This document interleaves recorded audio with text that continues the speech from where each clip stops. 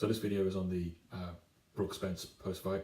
What I want to do is talk about how the fight went, where both fighters go from here and what it means, and whether or not Brook quit. And we did a video on the pre-fight analysis of the fight, how we thought it would go, and it went largely similar to how we thought it would go.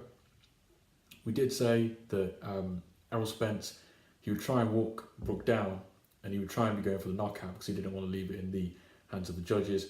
And you saw Errol Spence saying afterwards, after the fight, that that was one of the things he wanted to do, not leave it in the hands of the judges for obvious reasons.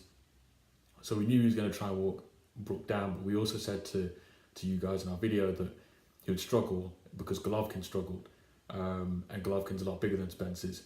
And when Golovkin did try, he got stung a few times, but obviously Golovkin in the end had a lot more success because he was bigger and stronger. But we said if Errol Spence tries the same thing, Brook's got enough power to sting him. And he did. He was stinging Errol Spence frequently. And at the beginning of the fight, and probably, I think the beginning started off a little bit cagey, but as the fight went on, Brook was having a lot of success. He was hitting Spence a few times, and he hurt him a few times as well. I know Spence was saying after the fight, oh, he didn't really hurt me. You know, I felt his power, but he didn't hurt me. There was a particular moment we saw where he got stung pretty badly, and he clinged on to Brook. So Brook did pretty well actually, and he did as we expected him to do.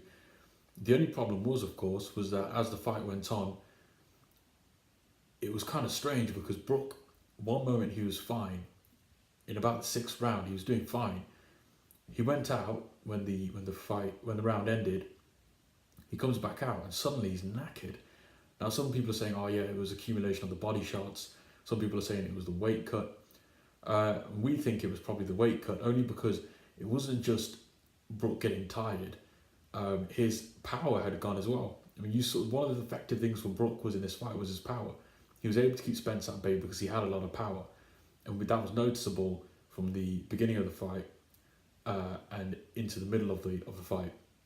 But as soon as he came out for the round, we think it was about round 7, he just seemed to be knackered, and then Spence just started winning the rounds.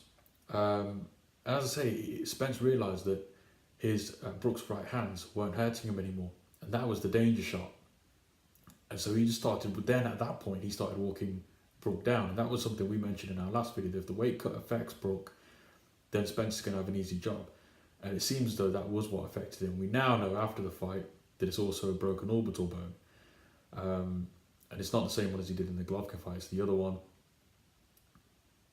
And so we know now that that was something else that contributed to Brook losing the fight. That's not to discredit Spence. Spence did a great job. You know, he did really, really well. He went for the body, he went for the head, and he was effective with what he did. His performance was consistent. It wasn't necessarily that it was better than Brook's at the beginning, because I think Brook actually reached a higher level at the beginning and in the mid rounds. He was at a higher level than Spence was. It was just that Spence was consistent. And when Brook started dipping, because Brook wasn't efficient and he wasn't consistent, and when he started dipping, Spence remained consistent, and so he was able to do what he needed to do, and he got the stoppage. And then of course Brook took the now infamous knee, and the fight was stopped. Before we talk about the controversial knee and whether or not Brook quit, we just want to talk about what it means for both fighters. For Spence, it shows he's a great fighter. You know, he is good, he's consistent, he's got a lot of energy, he's still youthful, but we think it's also good for the other fighters in the division because it shows that Spence's defense isn't great. He gets hit quite a lot. And if you've got enough power, and somebody eventually is going to come along in that division that has serious knockout power. Thurman, he's kind of the leading candidate at the moment, but his knockout power doesn't seem to be that great anymore. We know he calls himself one time, but he's not had, you know, real knockouts of any opponents of late.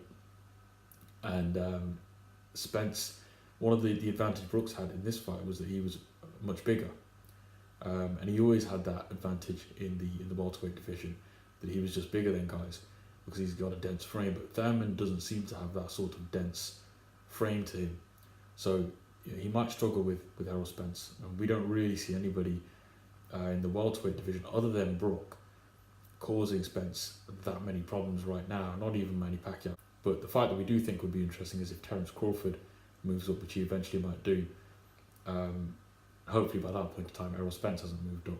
He probably won't do because he wants to unify the division. Let's face it, with the time it takes for fights to come together, it's going to be a while before we probably see a Thurman v Spence. So for Spence, what it means for him is great things. He's got a great future ahead of him, and he's now world champion. As for Brook, Brook's in a bit of difficulty in that he's 30, 31 now. Obviously, as you get older, performance stop being affected, but he shouldn't he shouldn't dwell on that too much, and neither should anybody else. There's a lot of people, sports people, boxers that are a hell of a lot older than that. I mean, just look at Vladimir Klitschko recently against Joshua. The guy was 41, and he put on that performance. There's no excuse for any other boxer not to be able to perform at a high level just because they're in their early 30s or mid 30s or late 30s. For Brook, he's still in his prime years. But what it probably means is he needs to move up a weight. That's something a lot of people have talked about. Eddie Hearn's mentioned it. Brook's probably going to do that, and he might be more effective there. Time will tell. But one of the difficulties for Brook is that commercial-wise, let's face it, the fights happen because of often for commercial reasons at a high level. And one of the things that Brook did have that helped him commercially was the belt. He's no longer got that, so that's going to make it difficult for him to get top fights at 154 if he does move there. And also, there's not that many guys at 154 that are that popular. Whether or not Miguel Cotto's still around by the time Brook's able to fight again is another matter. But Cotto's apparently going to retire at the end of this year, but he has signed a new deal with Golden Boys. And so now, a topic that's causing a lot of controversy: did Brook quit? Everyone's got their own views on this. We heard immediately after the fight Tony Bellew laying into him, and then everyone talking about the demons of the Golovkin fight and all that. We personally don't think we don't blame him for what he did. Did he quit? Depends what you mean by quit. If you mean he took a knee and the fight was stopped, then yeah, he did. If you mean quit as in negative connotations, in that he simply stopped when he could have carried on and that he should have carried on, and that basically he gives up, he hasn't got a heart, then no, we disagree with that version of the meaning of quit.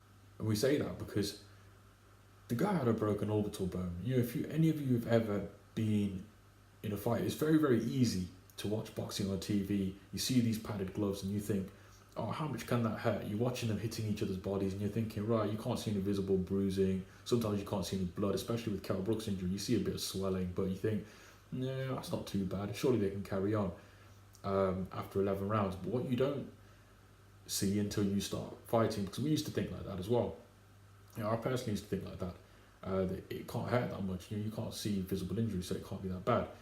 But when you actually start sparring and you feel punches, and especially when you eventually broke a bone, none of us have ever here broken an orbital bone, so can't tell you exactly what it feels like.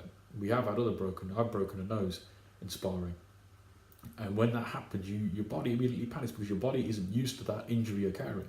Whenever it's a new injury, whenever it's a new circumstance, your body reacts in a different way. And everybody's different, but generally you panic.